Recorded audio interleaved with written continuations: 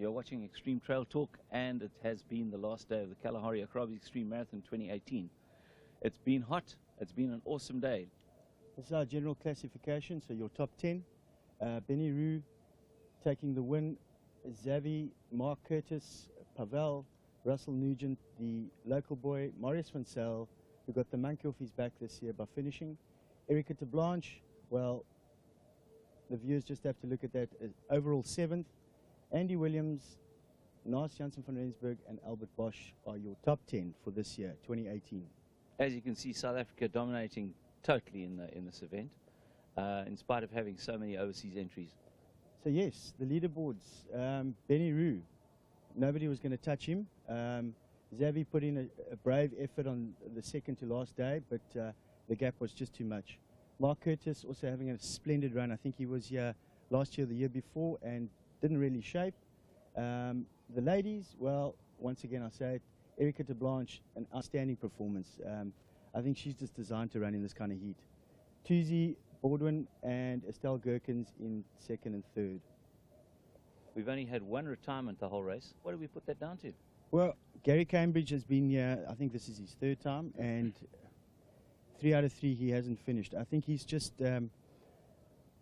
he's not conditioned to the heat, and I think he said it was something to do with the hot water, drinking the hot water. You just cannot consume hot water. So if you can't be, if you're not drinking water, you are going to dehydrate, and that's the end of your race. Oh, it goes sideways from there.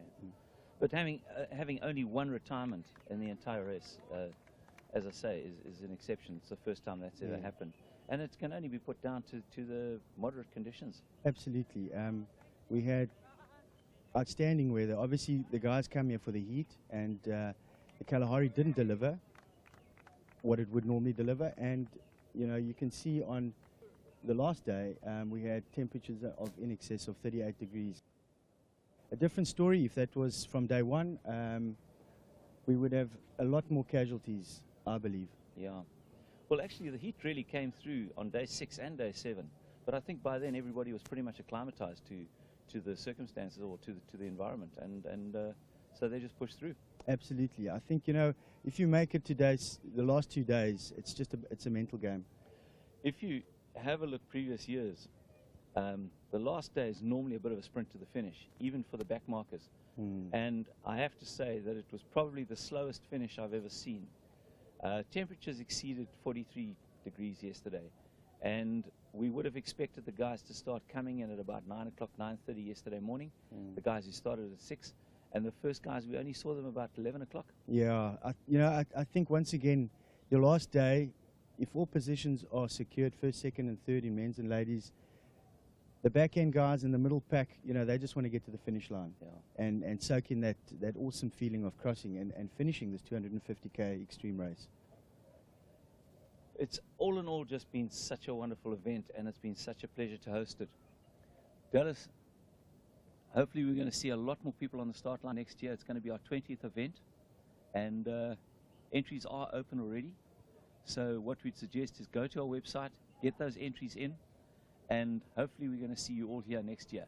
It's going to be the big one. There you go. There's the dates, the 10th to the 20th of October. And KAEM.co.za. Go there, get your entry in, and we'll see you then. Yes, we are hoping for a full field. Our maximum is 100, and, you know, for our 20th, we'd like to see 100 entries. And, from our side, you know, a big thank you to our crew members and everybody that had a part in putting a top quality event. And of course to our sponsors who've been fantastic this year. Thank you very, very much to all of you. And we're going to see you again next year. Good night from Dallas and myself.